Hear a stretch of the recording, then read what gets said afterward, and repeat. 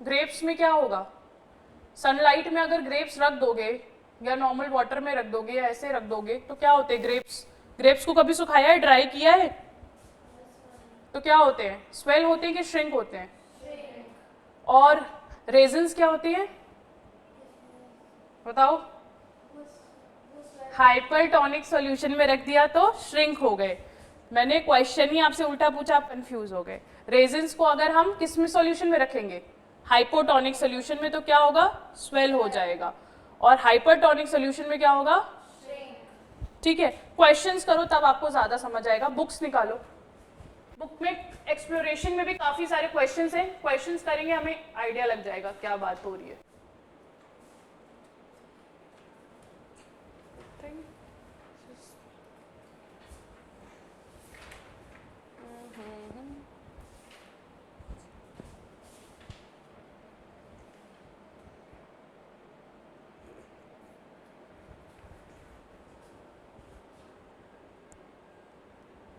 आपने ये वाली बुक का चैप्टर देखा है, डिफरेंसेस समझ आए हैं, क्या क्या डिफरेंस है आपकी प्रीवियस बुक और इस बुक के कंटेंट में, कुछ चीज़ें ऐड ऑन हुई हैं, कुछ चीज़ें हटी भी हैं, जैसे ट्रांसपोर्ट वाला जो चीज़ है इसमें लेक्स एक्सप्लेन्ड है ना, सिर्फ और सिर्फ सॉल्यूशन के बारे में बताया गया है, जितना डिटेल्ड में आपकी प्रीवियस बुक्स में था वैसा नहीं है।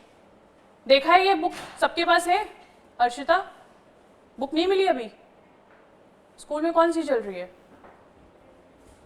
रेफरेंस बुक चल रही है, कम है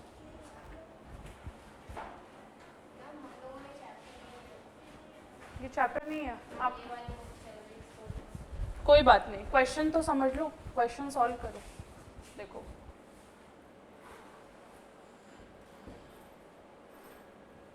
सॉल्यूशन से कुछ क्वेश्चंस हैं, मैं दे रही हूँ, उसको सॉल्व करो तब मुझे पता चलेगा आपको सॉल्यूशन समझ आया था कि नहीं समझ आया था। आइसोटोनिक, हाइपरटोनिक, आइसोटोनिक में सेम होता है कॉन्सेंट्रेशन, सेल के साइज में कोई चेंज नहीं होता है। प्लाज्मोलिसिस आज मुझे समझाना है, प्लाज्मोलिसिस क्या होता है, प्लाज्मोलाइज सेल क्या होते हैं। ये देखो यहाँ पे आपको देखने को मिल रहा होगा,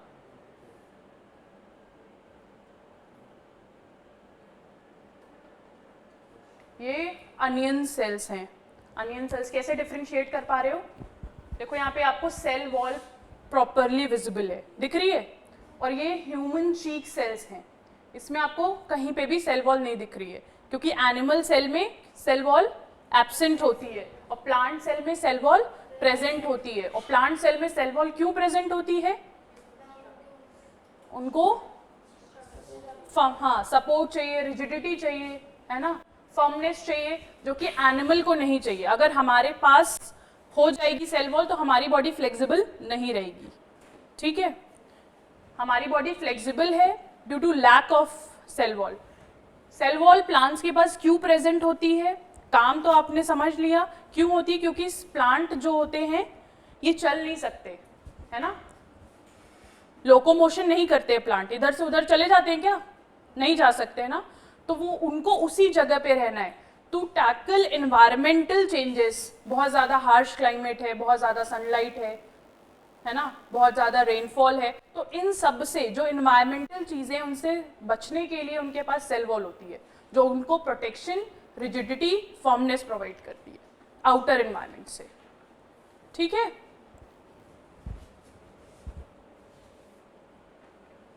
क्योंकि हम लोग फ्लेक्सिबल हैं, हम लोग अपने बचाव के लिए खुद से चल सकते हैं, खुद चीज़ें कर सकते हैं, बट प्लांट ऐसा नहीं कर सकता, प्लांट मूव नहीं कर सकता, एक जगह से दूसरी जगह नहीं जा सकता, बारिश हो रही है तो खड़ा नहीं हो सकता पेड़ के नीचे, है ना, या शेडी एरियाज के नीचे नहीं जा सकता वो, तो उसको बचाने के लिए उसके पास क्या है, सेल वॉल है, और हमें उसकी नीड नहीं है।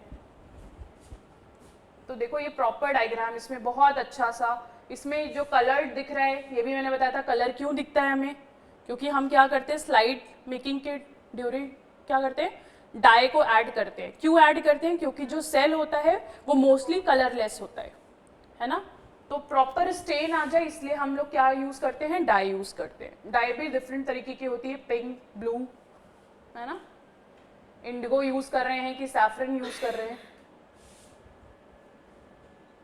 बुक में बहुत अच्छे से चैप्टर दिया हुआ है इस वाली में।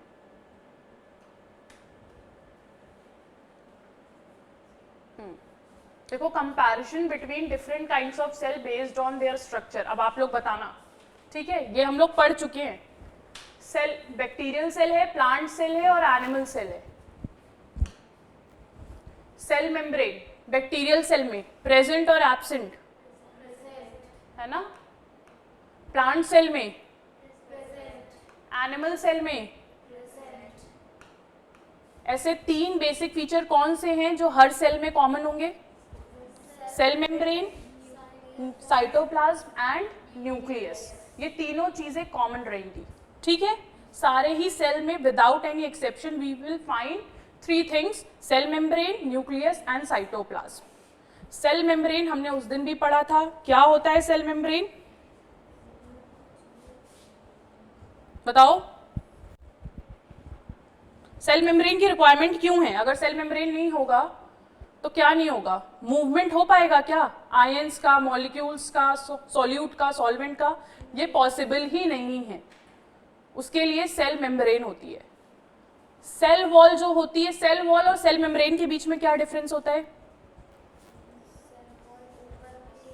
आउटर मोस्ट लेयर होती है, outer most, then plasma membrane या cell membrane.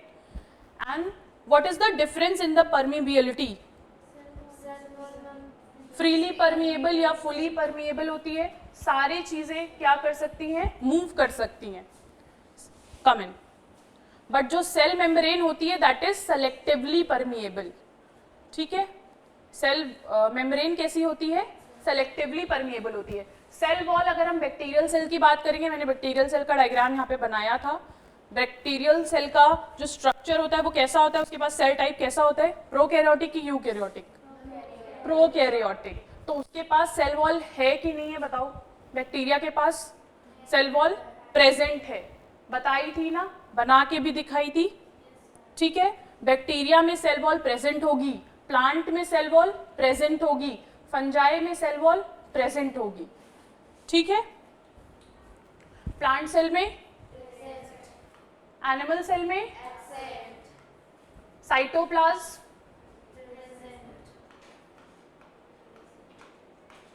Well defined nucleus, genetic material enclosed by a membrane. Bacterial cell में क्यों? क्यों? क्योंकि बैक्टीरियल सेल का टाइप क्या है? सेल टाइप प्रोकैरियोटिक, और प्रोकैरियोटिक का मींस कैरियोट, न्यूक्लियस हैज, है ना, nucleus is not well defined, doesn't have nuclear membrane या न्यूक्लियर एनवेलप, उसके पास एब्सेंट होता है। प्लांट सेल में सेल टाइप कैसा होगा? यूकैरियोटिक, और यूकैरियोटिक है तो उसके पास वेल डिफाइंड न्यूक्लियस होगा ही होगा। तो यहाँ पे क्या लिख देंगे? एनिमल सेल सेल टाइप क्या है? Prokaryotic, eukaryotic? यूकैरियोटिक, तो प्रेजेंट। प्रिमिटिव न्यूक्लियस और nucleoid, genetic material without membrane. समझना क्या बोल रहा है? प्रिमिटिव। अगर प्रिमिटिव लिख दिया तो किस सेल की बात हो रही है? प्रोकैरियोटिक। प्रोकैरियोटिक तीनों में से किस में प्रेजेंट है? तो किस में प्रेजेंट होगा? प्लांट और एनिमल में क्या होगा? Very good. Membrane bound organelles, उस दिन भी बताया था, प्रोकैरियोटिक जो सेल्स होते हैं उसमें मेम्ब्रेन बाउंड ऑर्गेनेल्स क्या होते हैं? एब्सेंट। और आपके यूकैरियोटिक सेल में, ठीक है। इधर बैठो आप लोग, दोनों लोग उधर आ जाओ। तो यहाँ पे क्या हो जाएगा? बैक्टीरियल सेल में, प्लांट सेल में, एनिमल सेल में, ठीक है।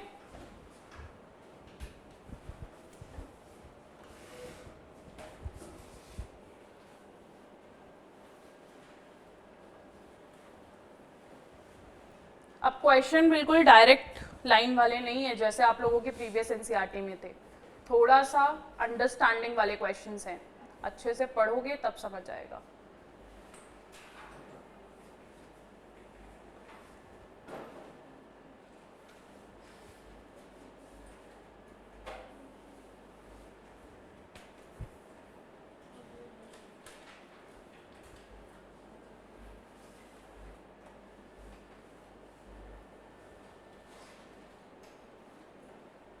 नोट्स बनाए थे आप लोगों ने, जो नोट्स मैंने शेयर किए थे?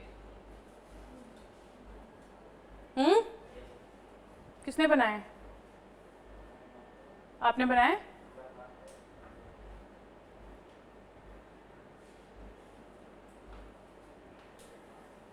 तो नोट्स ऐसे रख दिए घर जा करके फोल्ड करके?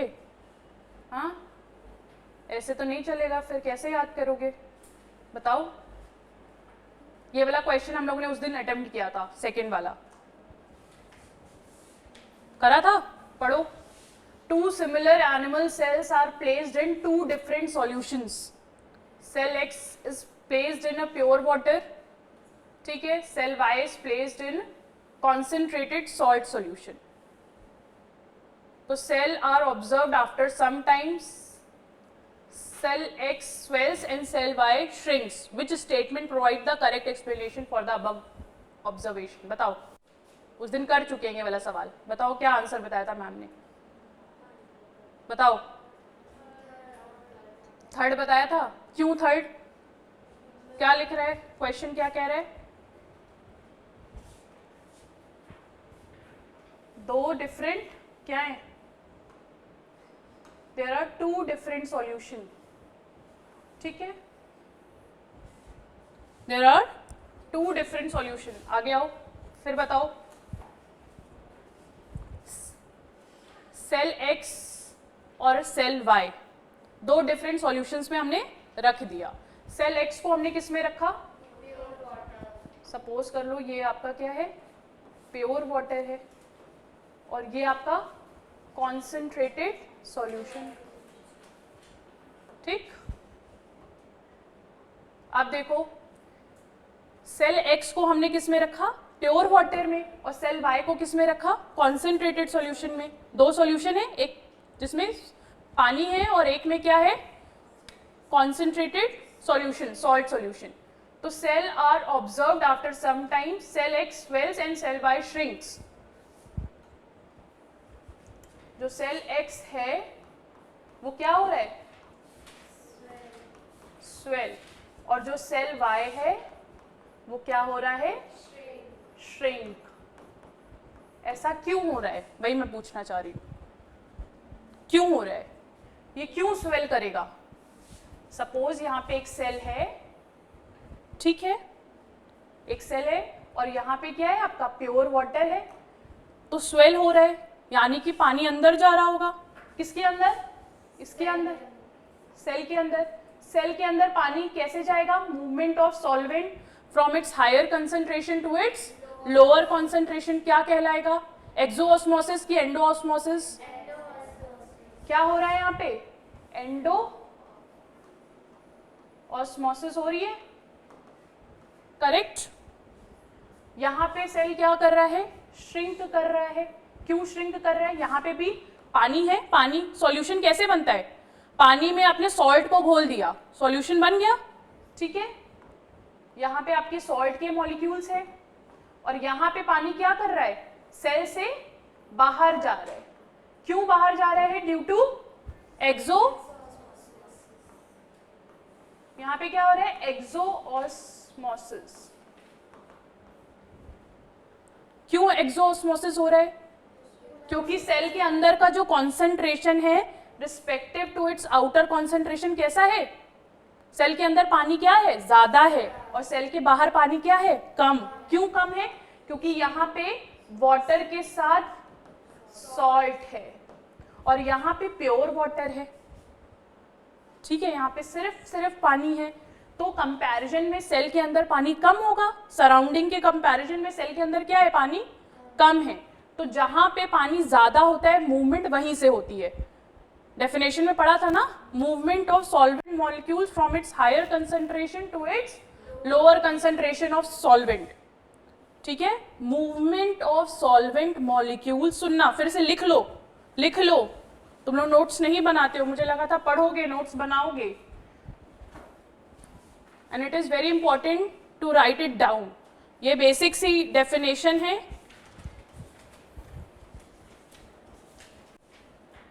लिखो, किसकी डेफिनेशन लिख रहे हो? ऑस्मोसिस की।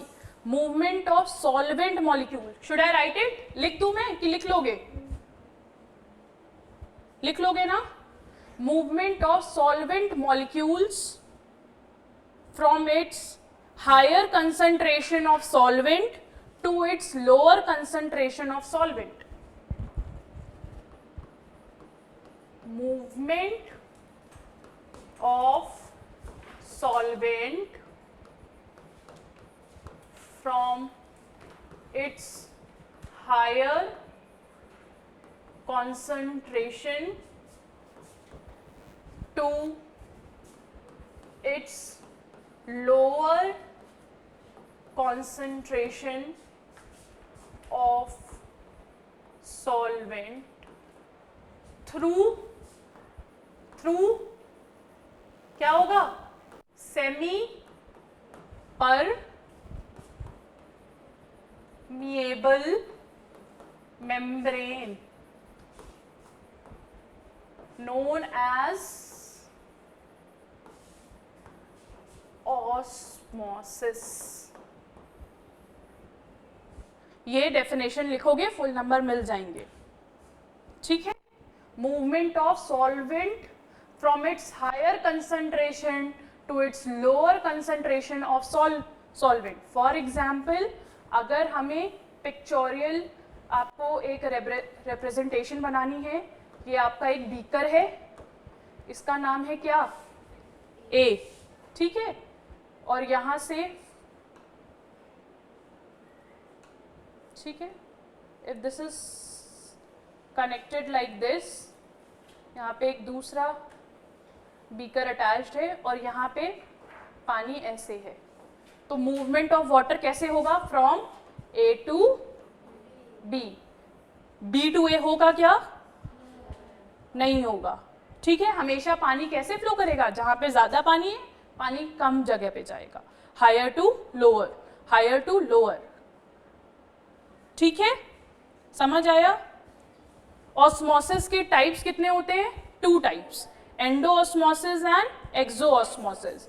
जब इनवर्ड मूवमेंट ऑफ वाटर होगा, मतलब इनवर्ड मूवमेंट का मतलब मूवमेंट कहाँ हो रहा है वाटर का? Inside the cell. क्या हो रहा है? एंडोऑस्मोसिस. आउटवर्ड मूवमेंट हो रहा है तो क्या होगा? एक्सोऑस्मोसिस. ठीक है. इस क्वेश्चन में वापस आ जाएं. ठीक है. समझ आया? तो salt molecules moved into cell by causing it to shrink. ये बोल रहा है, समझना बेटा क्वेश्चन को अच्छे से. ये बोल रहा है ये सेल बाय क्यों श्रिंक हो गया?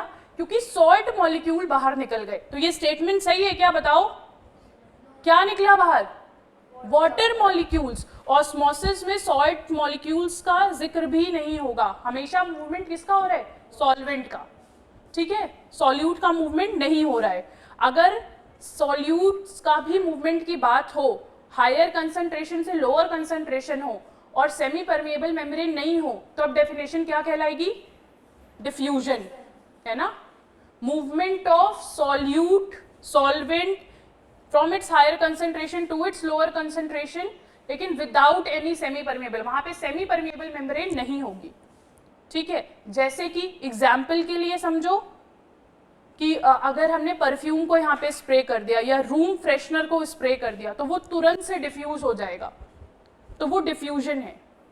फिर आपने देखा होगा, फिशेस को देखा है, फिशेस को देखा है पानी में, तो जब वो सांस लेती हैं वो सिंपल डिफ्यूजन के थ्रू सांस लेती हैं. है ना? सांस तो लेंगी वरना तो जिंदा नहीं रह पाएंगी. है ना? तो सांस कैसे ले रही हैं फिशेस?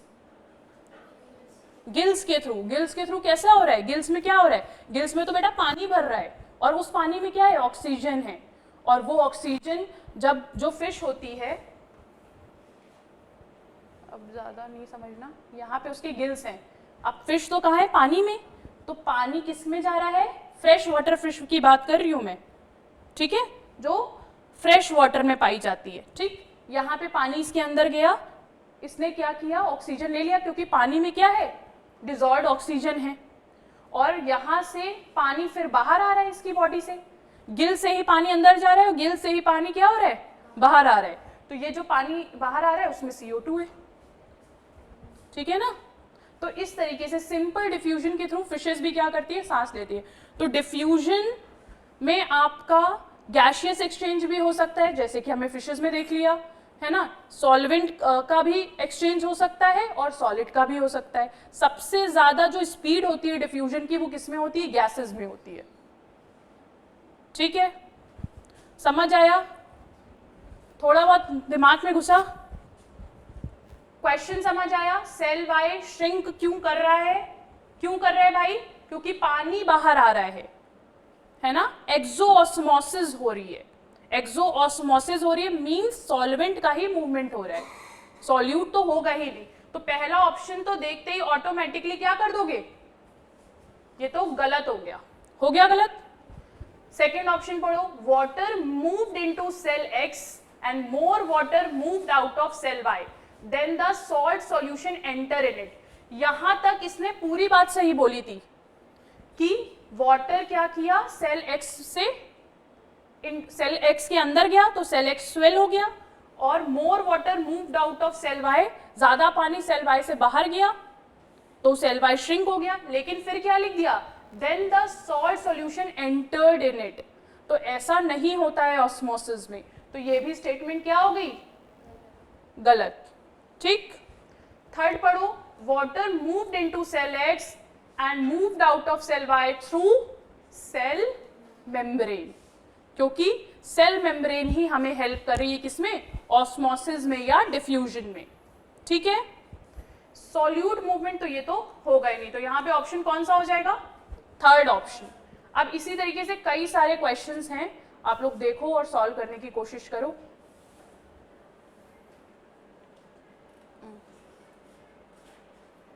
अच्छा, अब ये वाला एक क्वेश्चन बताओ, प्लास्टिड्स का ओवरव्यू आपको पता है, प्लास्टिड्स किसमें प्रेजेंट होते हैं, प्लांट और एनिमल में, प्लांट सेल में प्रेजेंट होते हैं, है ना।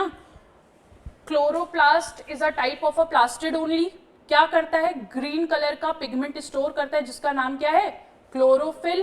क्लोरोफिल क्या करता है, सनलाइट को ट्रैप करता है और CO2 और ऑक्सीजन वाटर को कंबाइन करके ग्लूकोज बनाता है। यही तो होता है क्लोरोफिल में, खाना बनता है प्लांट्स का। ठीक है, प्लास्टिड रिकॉल है ना सबको।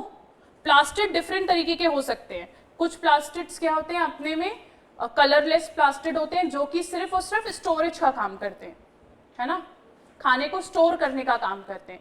कुछ प्लास्टिड क्या होते हैं, कलर देते हैं, जैसे कि आपने एप्पल्स देखे होंगे रेड कलर के होते हैं, तो वो कलर किस वजह से एप्पल्स का, क्योंकि उसमें भी प्लास्टिड प्रेजेंट है। वो डिफरेंट टाइप का प्लास्टिड है, वो अभी मैंने क्लास में नहीं पढ़ाया है, बट डिफरेंट आप फ्लावर्स देखते हो जो कलरफुल होते हैं, वो भी because of the plastid, chromoplastic plastid होता है, जिसकी वजह से डिफरेंट कलर्स देखने को मिलता है।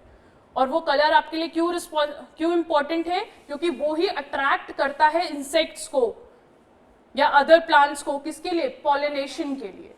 ठीक है, पढ़ो ये question, two students Renu and Rohit were having a discussion on the plastids. Renu emphasized that all parts of the plants, even roots, contain plastid. Renu क्या कह रही है कि रूट्स में भी प्लास्टिड होता है, ठीक है। However, Rohit did not agree with the statement and told her that plastids are absent in plant roots since the roots are underground and do not need to perform photosynthesis. Who is correct? Justify your answer. पहले तो बताओ, root भी क्या है, plant का part है ना, है कि नहीं है, रूट, स्टेम, लीव्स, फ्लावर, ये सब प्लांट में होता है ना। तो ये भी क्या है, इसका सेल कैसा है, प्लांट का सेल होगा, है ना, क्लियर है, यस और नो। तो प्लांट सेल में तो आपने पढ़ा है कि प्लास्टिड होता है, तो इसके पास प्लास्टिड होगा, ठीक है। बट क्या इसके पास क्लोरोप्लास्ट होगा, क्लोरोप्लास्ट नहीं होगा, क्यों, क्योंकि रूट फोटोसिंथेसिस नहीं करते हैं। लेकिन यहाँ पे सिर्फ और सिर्फ प्लास्टिड्स की बात हो रही है। अगर क्वेश्चन थोड़ा सा मॉडिफाई होता, यहाँ पे लिखा होता क्लोरोप्लास्ट, तो आपका आंसर क्या हो जाता, कौन करेक्ट होता उस केस में, है ना, रोहित उस केस में करेक्ट हो जाता। समझ आया, प्लास्टिक प्लांट सेल में प्रेजेंट होगा। अब आपने अंडरग्राउंड भी देखे होंगे, सब्जियां देखी होंगी, कैरेट, रेडिश, टर्निप, ये सब अंडरग्राउंड ही हैं। लेकिन इसमें भी तो क्या होता है, फूड स्टोरेज होता है, जमीन के नीचे इसको खोद के निकालते हैं, फिर इसी को तो खाते हैं हम लोग, स्वीट पोटैटो, ठीक है। तो इनमें क्या होता है, फूड स्टोरेज के लिए ल्यूकोप्लास्ट प्रेजेंट होते हैं, है ना, समझ आया।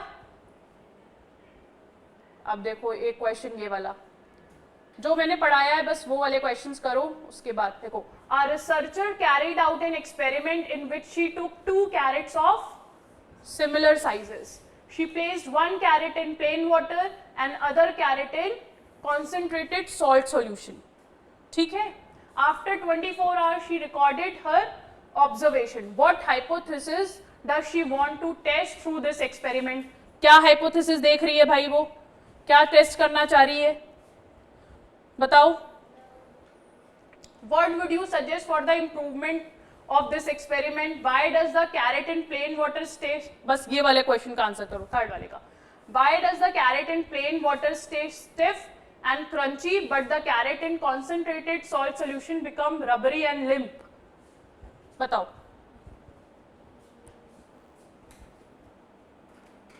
फिर से पढ़ो। A researcher carried out an experiment, जिसमें उसने क्या लिया, 2 कैरेट को लिया, ठीक है, यहां तक समझ आया।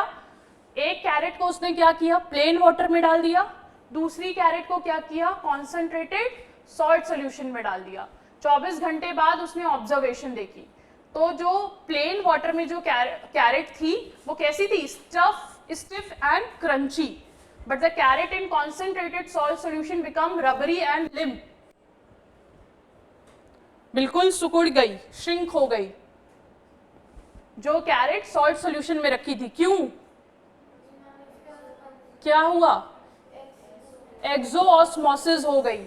लेकिन जो पहली वाली कैरेट थी वो तो अभी भी स्टिफ और क्रंची है, क्यों है ना। अभी हम लोग प्लाज्मोलिसिस देखते हैं, आपको समझ आएंगी काफी चीजें। इतना समझ आया, ऑस्मोसिस समझ आया।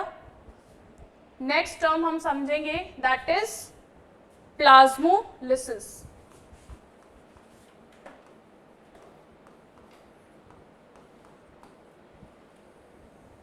प्लाज्मोलिसिस कब होता है,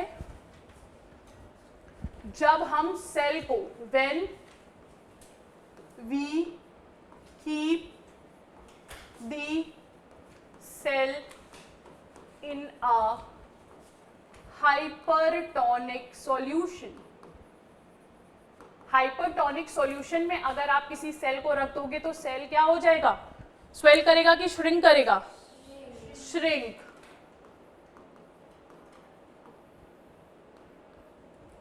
If this is a cell, ठीक है, this is a plant cell, typical plant cell.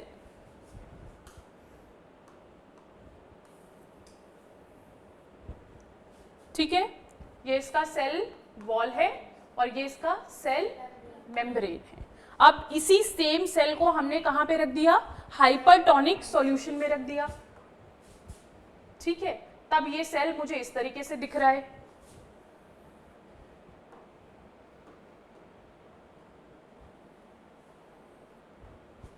तो क्या श्रिंक हो रहा है इसका, सेल मेम्ब्रेन। क्यों श्रिंक हो रही है, क्योंकि हाइपरटोनिक सॉल्यूशन में है। हाइपरटोनिक सॉल्यूशन में है तो जो सेल है, फॉर एग्जांपल यहाँ पे बना लो, ठीक है, ये एक बीकर बना लो या कंटेनर बना लो, जो भी बोलना है।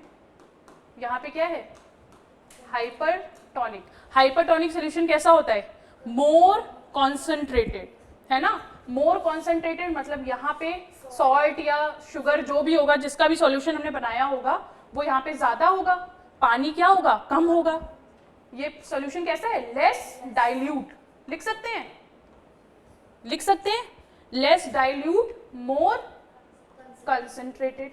लिख सकते हैं कि नहीं, पहले बताओ।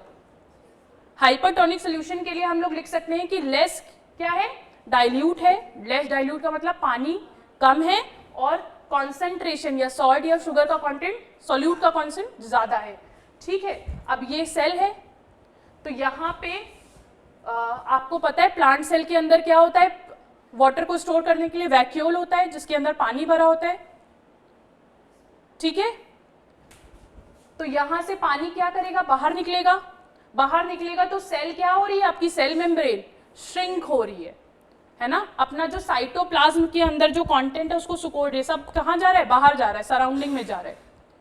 लेकिन जो सेल का शेप है वो क्या चेंज हुआ है, चेंज नहीं हुआ है। तो इस तरीके के सेल को हम लोग प्लाज्मोलाइज्ड सेल बोलते हैं।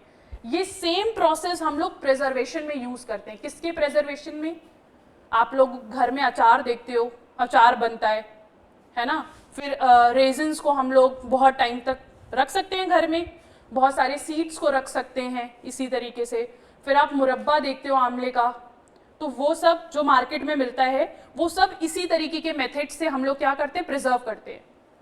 प्लाज्मोलिसिस क्या होता है, जब आपका क्या श्रिंक हो रहा है, सेल मेम्ब्रेन श्रिंक हो रही है, लेकिन सेल का साइज वगैरह तो बेटा इंटैक्ट है ना। क्यों इंटैक्ट है, because of the cell wall. समझ आया, बुक में पढ़ लेते हैं एक बार और क्लैरिटी मिलेगी। आपकी ओल्ड एनसीईआरटी में अच्छे से दिया हुआ है।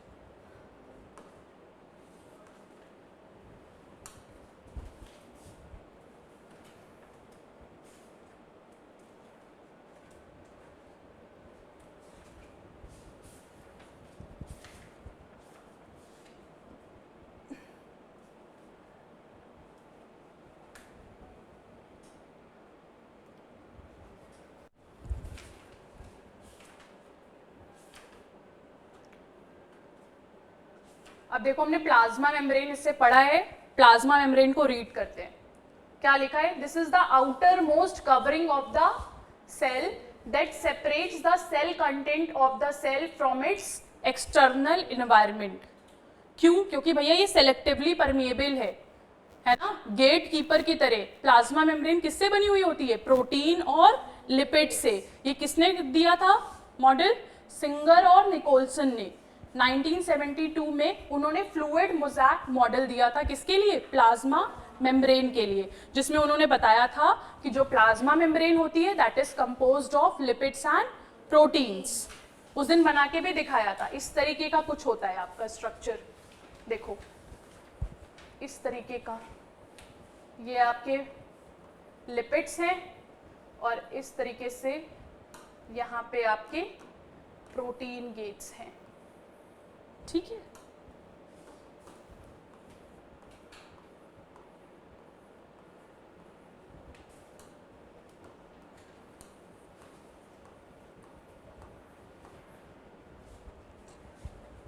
इस तरीके का आपका कुछ प्लाज्मा मेम्ब्रेन दिखता है जब 3D मॉडल देखोगे, है ना। ये आपके क्या है, प्रोटीन, और ये है आपके लिपिड्स, ठीक है।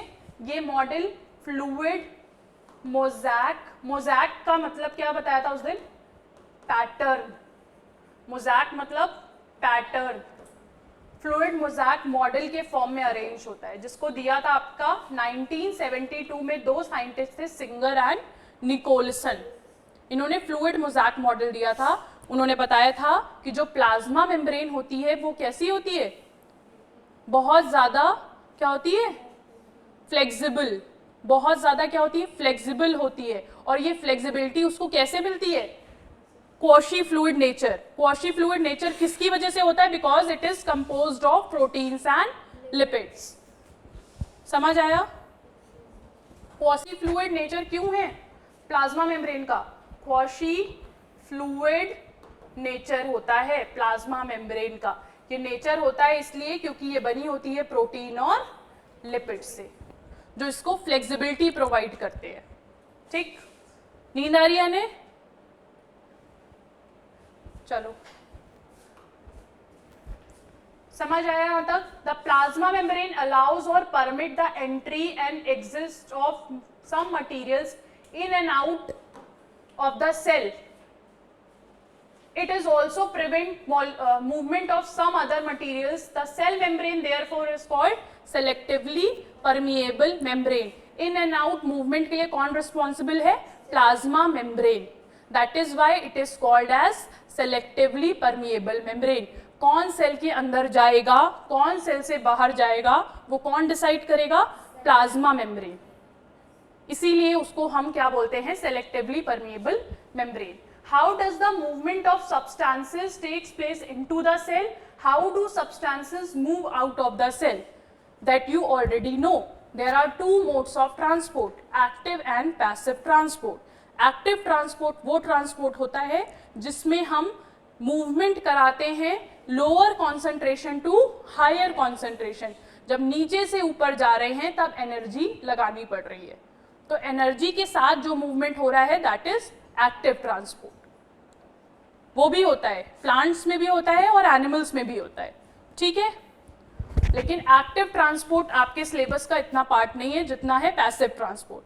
पैसिव ट्रांसपोर्ट में कोई एनर्जी नहीं लग रही है. दो टाइप्स पढ़ने हैं पैसिव ट्रांसपोर्ट के, एक हो गया ऑस्मोसिस, दूसरा हो गया डिफ्यूजन, ठीक है.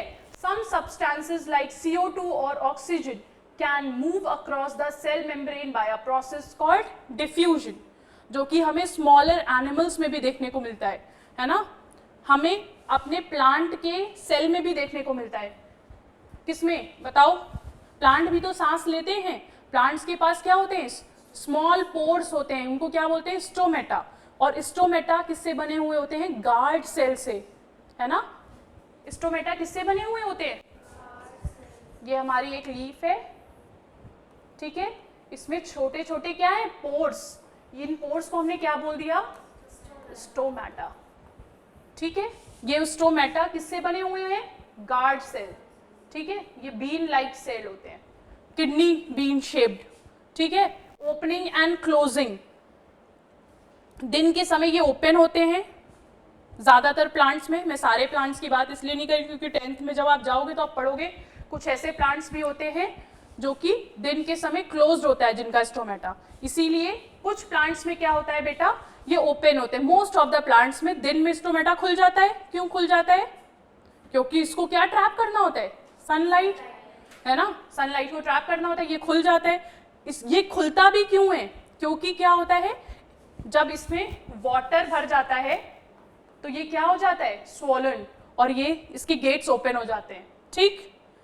ये भी ऑस्मोसिस और डिफ्यूजन की वजह से हो रहा है, पैसिव ट्रांसपोर्ट की वजह से हो रहा है, ठीक है.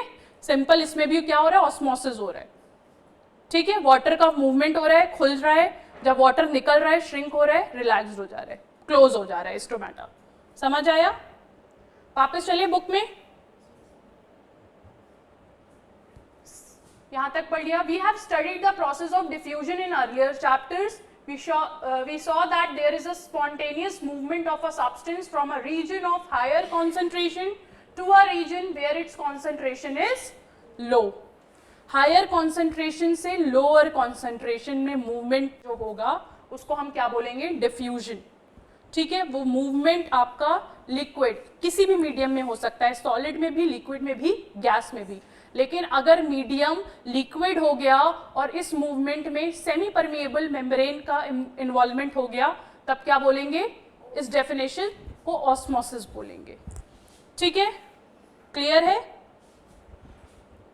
Something similar to this happen in cells when, for example, some substances like CO2, which is a cellular waste, जैसे कि मैंने फिश के एग्जाम्पल में आपको बताया, फिशेस में, ठीक है, which is a cellular waste and requires to be excreted out by the cell. जैसे कि ह्यूमंस में भी होता है, हम सांस लेते हैं तो हमारे पास ऑक्सीजन जा रही है, ठीक है, और जब हम एक्सहेल कर रहे हैं तो CO2 बाहर निकल रही है. बट हमारी बॉडी में कहीं ना कहीं एल्वोलाई एक सेल्स होते हैं, लंग्स के सेल. बेटा नींद आ रही है आपको, थक गए हो ना बहुत, बताओ, सो रहे हो तुम क्लास में.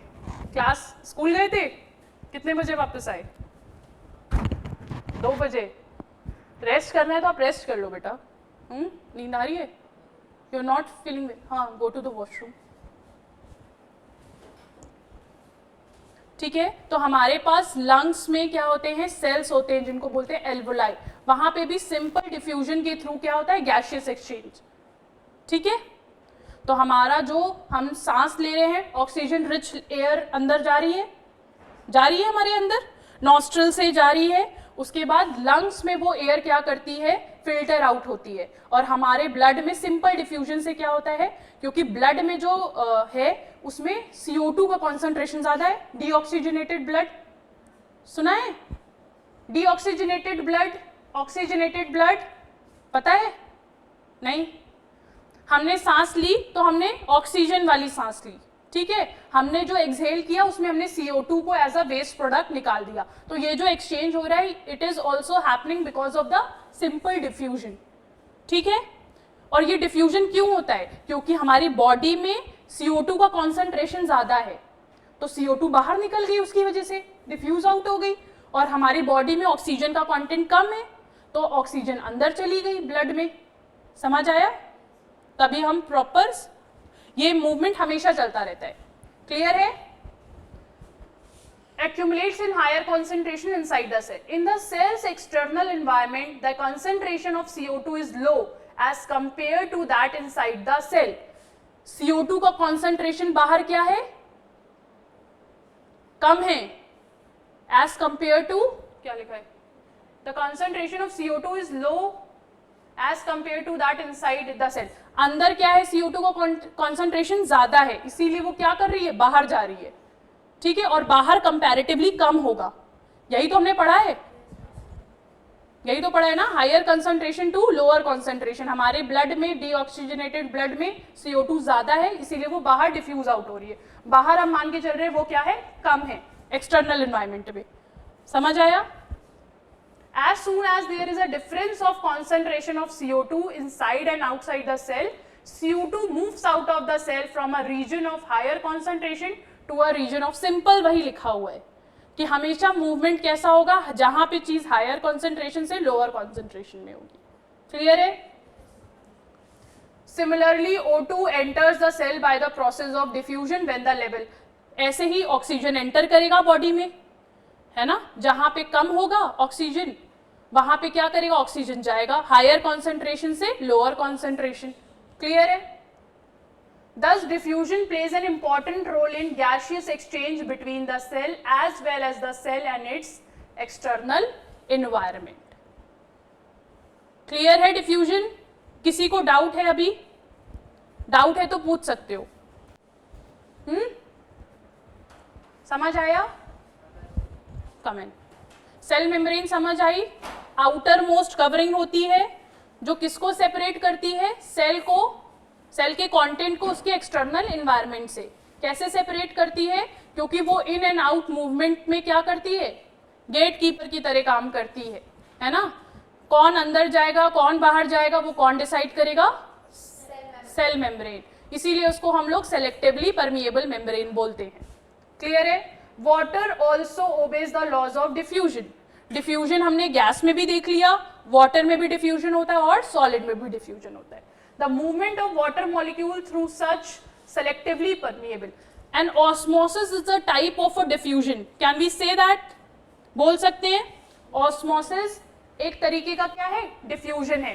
लेकिन यहाँ पे क्या हो रहा है? सेमी परमिएबल मेम्ब्रेन की रिक्वायरमेंट है और सिर्फ पानी का मूवमेंट होगा। उस तरीके के डिफ्यूजन को क्या बोलेंगे? ऑस्मोसिस, है ना।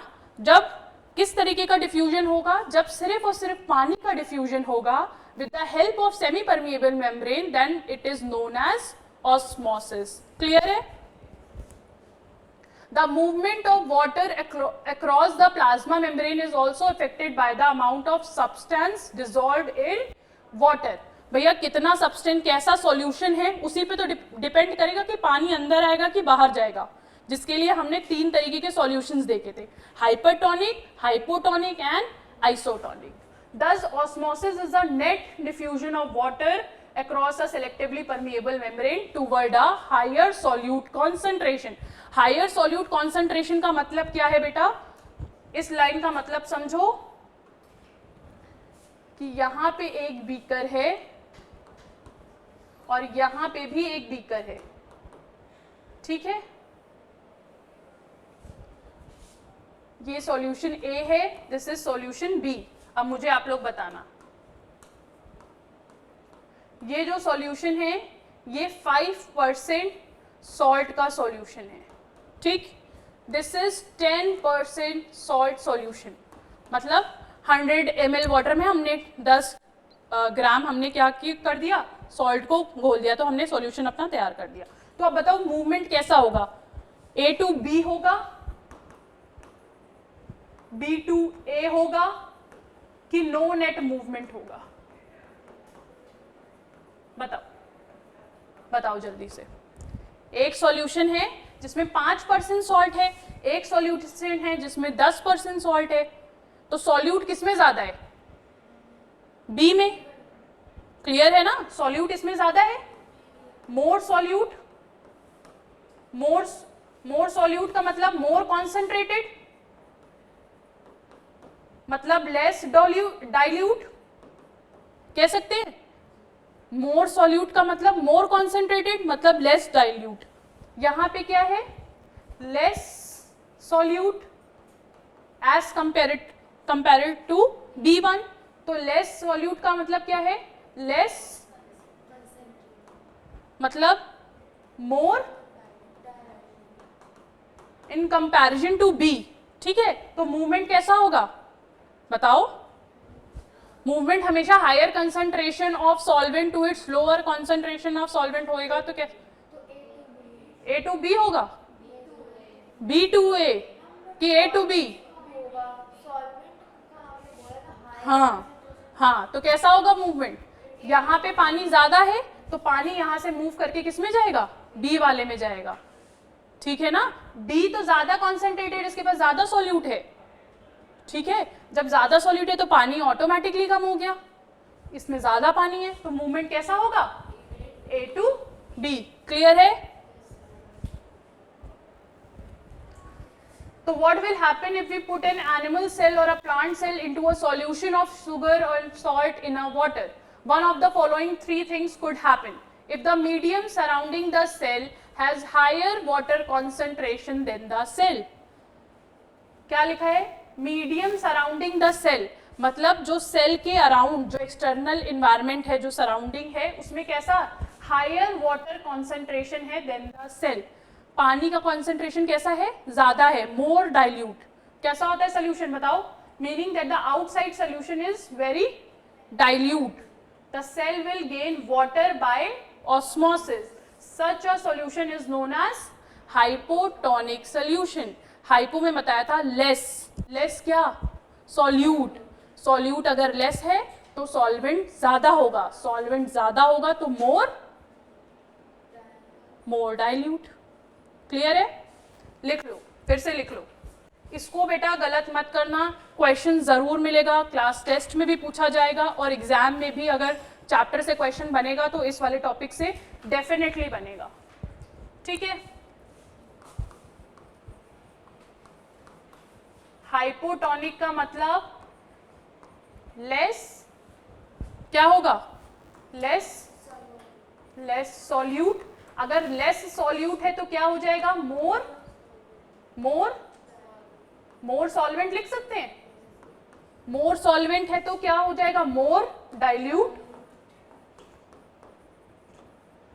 ठीक है, मोर डाइल्यूट है तो लेस कॉन्सेंट्रेटेड। ये सब चीजें लिख सकते हैं कि नहीं लिख सकते हैं? हाइपोटोनिक सोल्यूशन में अगर ये चारों चीजें मेंशन हो जाए क्वेश्चन में, ये चारों चीजें भी हो सकती हैं कि लेस डाइल्यूट है, लेस क्या है? कॉन्सेंट्रेटेड सोल्यूशन है, या मोर डाइल्यूट सोल्यूशन है। सेम ही बात हो रही है, हाइपोटोनिक सोल्यूशन की बात हो रही है। और मैंने एक ट्रिक भी याद कराई थी, हाइपो का ओ याद रखना और स्वोलन का ओ। तो मतलब जब भी ये ट्रिक है, जब लास्ट मोमेंट पे ये सब चीजें याद ना आए तो ट्रिक इस्तेमाल कर सकते हो आप लोग। ट्रिक से याद रखोगे तो ये चीजें भूल जाओगे। तो ट्रिक आपको हेल्प आउट करने के लिए लास्ट मोमेंट पे अगर समझ ना आए, वो बोल रहा है सेल क्या हो गया? स्वोलन हो गया। स्वोलन हो गया तो आप समझ लोगे कि अंदर पानी क्या हो गया? गया होगा, मतलब क्या हो गया? एंडो ऑस्मोसिस हुई होगी। ठीक है, स्वोलन है तो क्या हुआ होगा? Endo osmosis. ठीक है, क्लियर है? और उसी तरीके से सिमिलरली हम लोग यहाँ पे अगर मैं हाइपरटोनिक सॉल्यूशन लिख दूं तो क्वेश्चन में हाइपरटोनिक सॉल्यूशन की जगह ये भी दे सकते हैं। हाइपर का मतलब क्या होता है? मोर। मोर क्या है? सॉल्यूट। क्या है? मोर सॉल्यूट होगा तो कैसा होगा? लेस डाइल्यूट लिख सकते हैं। लेस डाइल्यूट है तो क्या होगा, मोर कॉन्सेंट्रेटेड, ठीक है, ये लिख लो। इस तरीके का सोल्यूशन भी आ सकते हैं, हाइपरटोनिक के लिए मोर सॉल्यूट लेस डाइल्यूट, ठीक है, मोर कॉन्सेंट्रेटेड, हाँ वो भी लिख सकते हो, लेस सॉल्वेंट, पानी का वॉल्यूम कम होगा, ठीक है। हाइपर का आर याद रखना और श्रिंक का आर याद रखना। हाइपरटोनिक सॉल्यूशन में हमेशा सेल क्या करेगा, श्रिंक करेगा, ठीक है। हाइपर का आर एंड श्रिंक का आर, स्वॉलन का ओ एंड हाइपो का ओ, ठीक है। इसमें क्या होगा, एक्सोऑस्मोसिस, सेल में क्या हो जाएगी, एक्सोऑस्मोसिस।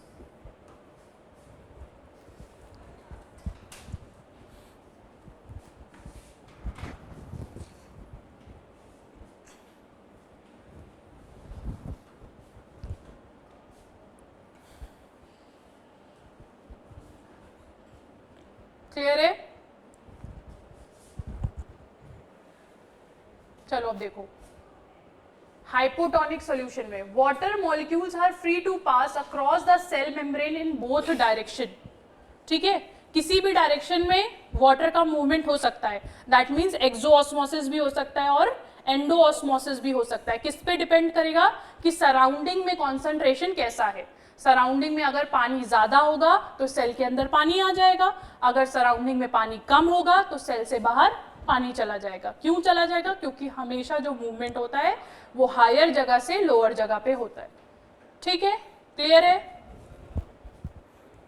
The net overall result is that water enters the cell is likely to swell up. ये कब होगा, जब हाइपोटोनिक सॉल्यूशन होगा। हाइपोटोनिक सॉल्यूशन का आपको मतलब पता है, लेस क्या है, सॉल्यूट है तो मोर डाइल्यूट होगा सॉल्यूशन, क्या होगा, हाँ मोर डाइल्यूट सॉल्यूशन होगा। तो ज्यादा पानी अगर बाहर है तो सेल के अंदर पानी आएगा, एंडोऑस्मोसिस हो जाएगी। क्लियर है? यस और no class? If the medium has exactly the same water concentration as the cell, there will be no net movement of water. अगर सॉल्यूशन कैसा है, आइसो, आइसो का मतलब सेम, सेम क्या है, बाहर भी इक्वल है, मतलब सेम अमाउंट पे कॉन्सेंट्रेशन है और इनर भी कॉन्सेंट्रेशन सेम है, तब कोई भी एज सच मूवमेंट नहीं होगा। Such a solution is known an isotonic solution. Iso का मतलब लिख सकते हो, iso means same,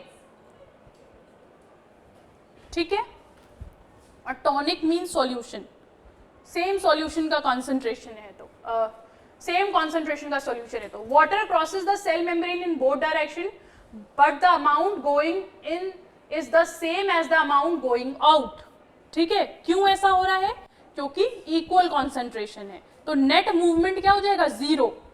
net movement क्या है, जीरो। तो सेल के साइज में there is no overall movement of water, the cell will stay the same size.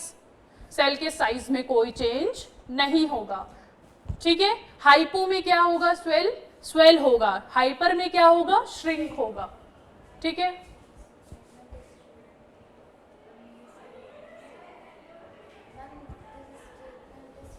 Yes, है ना। आगे चले। If the medium has low, बहुत आगे हो गए। If the medium has lower concentration of water than the cell, मतलब किसकी बात हो रही है, हाइपरटोनिक सॉल्यूशन की। क्या कह रहा है, अगर मीडियम में, जो बाहर का एक्सटर्नल मीडियम है उसमें लोअर कंसंट्रेशन है वाटर की, दैट मीन्स ज्यादा कंसंट्रेशन किसकी होगी, सॉल्यूट की, हाइपरटोनिक सॉल्यूशन हो जाएगा। That is very concentrated solution. The cell will lose water, क्योंकि बाहर पानी कम है तो सेल के अंदर से पानी बाहर जाएगा, एक्सोऑस्मोसिस होगी। Such a solution is known as hypertonic solution. Again, water crosses the cell.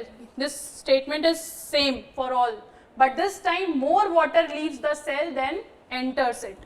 Therefore, the cell will shrink. Thus, osmosis is a special case of diffusion through a selectively permeable membrane. समझ आया? Yes or no? Clear है? ठीक है, अब अपना आप लोग modules आप सबको मिल चुके हैं? बेटा मॉड्यूल देना, ओपन करो।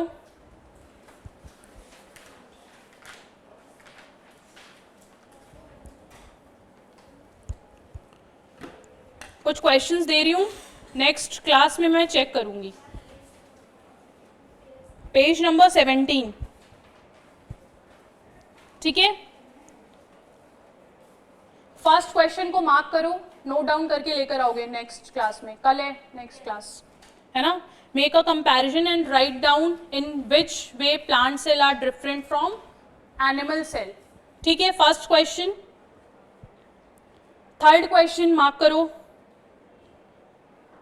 What would happen if the plasma membrane ruptures और ब्रेक डाउन, ये भी करके लाना है, ठीक है, डिस्कस करेंगे। सेकेंड क्वेश्चन भी first second and third module का, ठीक है, first second and third. Then आपका ninth, first second third and ninth, mark कर लो। 4 क्वेश्चंस हो गए, ओके। एक्सरसाइज के कुछ क्वेश्चन सॉल्व करो, सबने सॉल्व किए? चलो last, Anay stand up, read out the first question given in the exercise, page number 18, page number 18।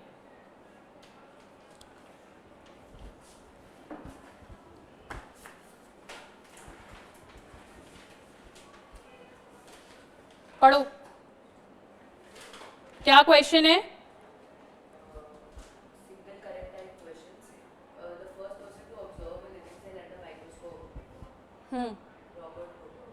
Robert living cell लिखा है, फिर से पढ़, भूल गए तुम लोग, रिवाइज नहीं कर रहे हो घर जाके। Sit down. Next, the word cell was coined by, किसने कॉइन किया था? सब लोग नहीं बोलेंगे, बैठ जाओ बैठ जाओ। Next, what is protoplasm?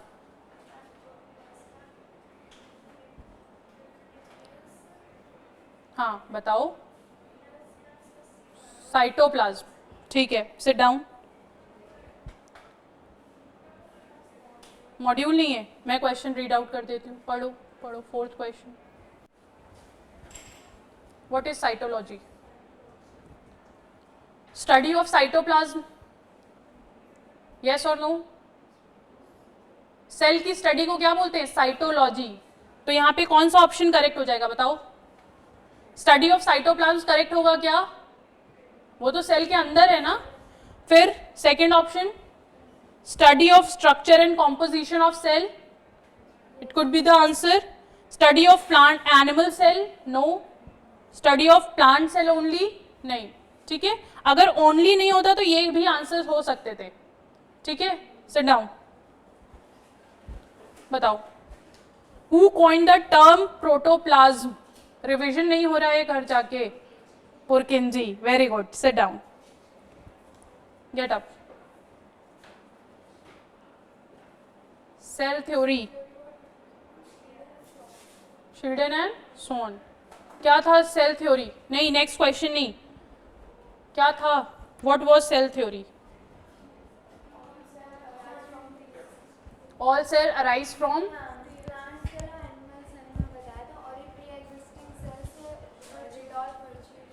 रेडोल्फ Virchow ने क्या किया था, किस ईयर में? 1855 में उन्होंने सेल थ्योरी को एक्सपैंड किया था। जिसके बाद उन्होंने बोला था कि जो भी सेल्स होते हैं वो किससे अराइज होते हैं? They arise from pre existing cell, ई सेलुला, है ना, ओमनी सेलुला, ई सेलुला। सेल थ्योरी में क्या था बेटा? शील्डन एंड स्वान ने क्या किया था? Matthias Schleiden and Theodor Schwann. इसमें से कौन बॉटनिस्ट था, कौन जूलॉजिस्ट था? Sit down. एक्सप्लोरेशन में दिया इसलिए मैं पूछ रही हूँ। शील्डन बॉटनिस्ट थे एंड शॉन वॉज जूलॉजिस्ट, ठीक है। तो शील्डन ने किस प्लांट सेल को स्टडी किया था बताओ? किस सेल को स्टडी किया था? प्लांट और एनिमल? प्लांट। और शॉन ने? तो उन्होंने क्या बोला था कि जो शील्डन ने बोला था कि जो प्लांट्स होते हैं वो किससे बने हुए होते हैं? सारे सेल से, और animals are made up of cells, ठीक है ना। चलो, smallest cell, smallest cell, smallest cell so far known as, बताओ, सी, पीपीएलओ, प्लूरोनिमोनो लाइक ऑर्गेनिज्म। हाँ, उसी का नाम ही माइकोप्लाज्मा है ना। अब क्यों बोलते हैं उसका नाम माइकोप्लाज्मा, सुन लो। जो माइकोप्लाज्मा होता है इसके पास बेटा सेल वॉल एब्सेंट होती है। इसको जोकर ऑफ प्लांट किंगडम भी बोलते हैं।